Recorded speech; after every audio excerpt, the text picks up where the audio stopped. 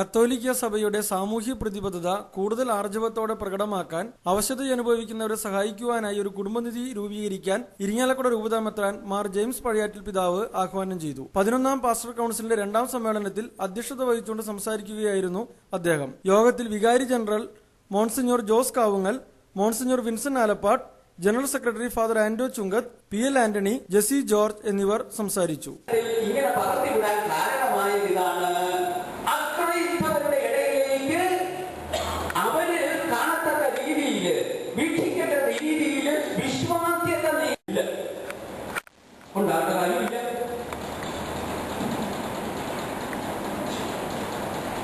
ഇങ്ങനെ ഒരു സങ്കല്പം ഈ ഒരു അടുത്ത രംഗത്തെ ഒരു കാര്യത്തിൽ ഇങ്ങനെ പകർത്തിവിടാൻ കാരണമായത് ഇതാണ്.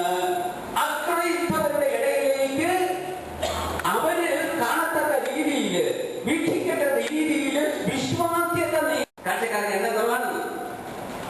അത് കേട്ടിട്ട് നമ്മൾ യാഥാർത്ഥ്യങ്ങളായിട്ട് അംഗീകരിക്കുക.